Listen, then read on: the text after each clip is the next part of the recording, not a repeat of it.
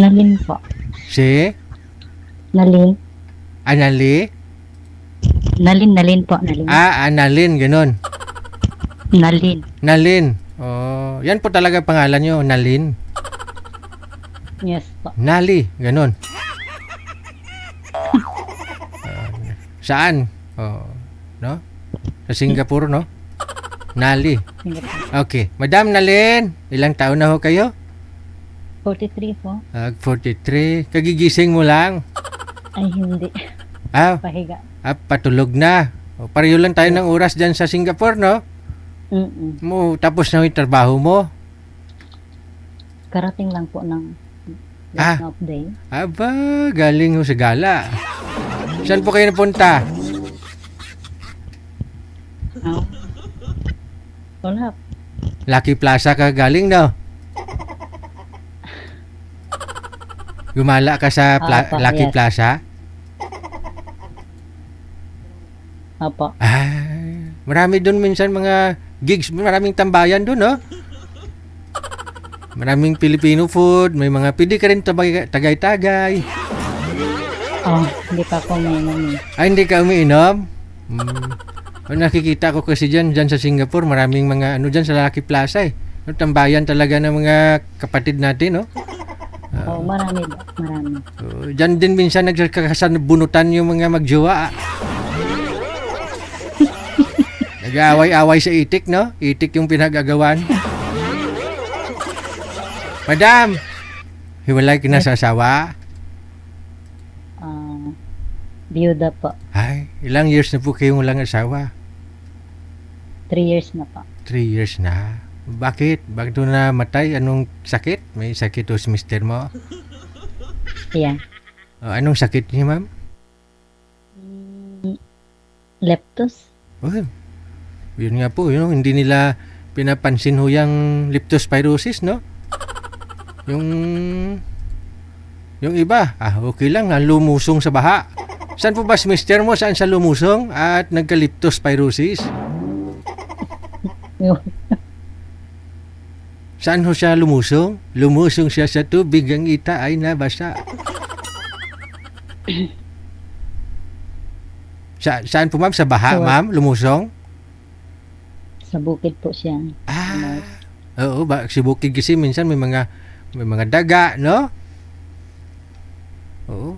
Kung may sugat paa mo, kahit tinik lang ho yan ng makahiya dyan mapapasukan ng bakterya ng tubig galing ho sa ihi ng mga daga. May posibilidad talaga na mapasukan ka ng leptospirosis. Hindi na ho naagapan si mister mo? Hindi na po. So ilan pong anak iniwan ho sa inyo? 2 po. 2. Ilang taon na ho yung bunso?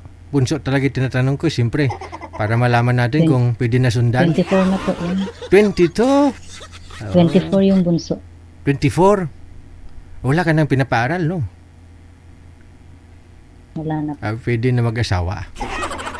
40, ilang taon ka na nga po ulit, ma'am? 43 po. 43. Siyempre, sa ganda mong yan, di ka nagkaka-boyfriend dyan? Wala? Masilan ka lang siguro. Baka iba. Anong hanap mo sa lalaki?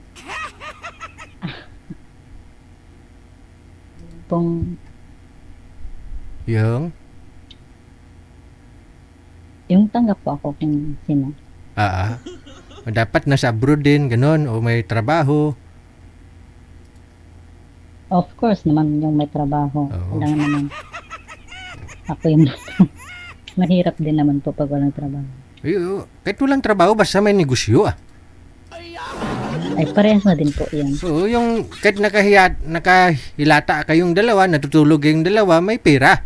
No, kumikita. Yung bang may negosyo siya, yung tulad sa sa hardware, may tao lang kayo doon sa hardware, kayo tulog-tulog lang doon, naka-aircon. Ayaw mo ng ganon? Magandang negosyo yung hardware kasi hindi naman napapanis yung mga paninda. Ang ganda ho yan. Tapos, kasi siyempre dalaga ka na, pwede ka na hong pakasalan. Gusto nyo ho sa lalaki yung biyudo na yun? O, siyempre po yung walang sabit. Kunyari, hiwalay, pero kasal, okay lang ho sa inyo. Hindi po. Hiwalay. Paano pong hiwalay? Hiwalay po ng bahay? Hiwalay ba? Yung hiwalay lang, pero kasal. Yung hindi na magkasundo, nagkasawaan na. Yung rason nila palagi, kapag naghiwalay, hindi ba daw magkasundo eh. Depende po. Depende. Pero, ano po kayo nagtatago? Ba't po kayo nagtatago? May suklay ako dito. Halika dito. Suklayan kita. Dali. Kita mo suklay ko. Laki, galing pa yan sa TikTok. In-order ko sa TikTok. Kasi yung suklay ko kasi na minana ko sa lulo ko. Iwan ko kung sino nagkuha sa bag ko Wala na tuloy. Bumili na lang ako sa TikTok. 49 pesos. Free shipping fee. Madam! Okay. Sige. Ilang taon ka na nga po ulit?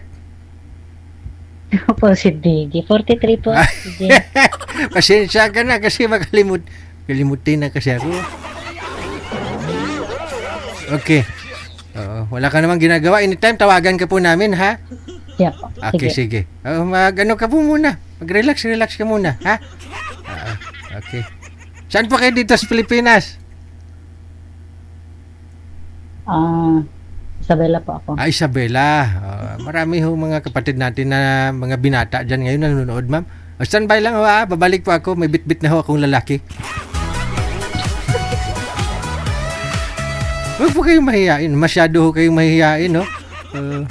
Pinapa-smile ko lang kayo.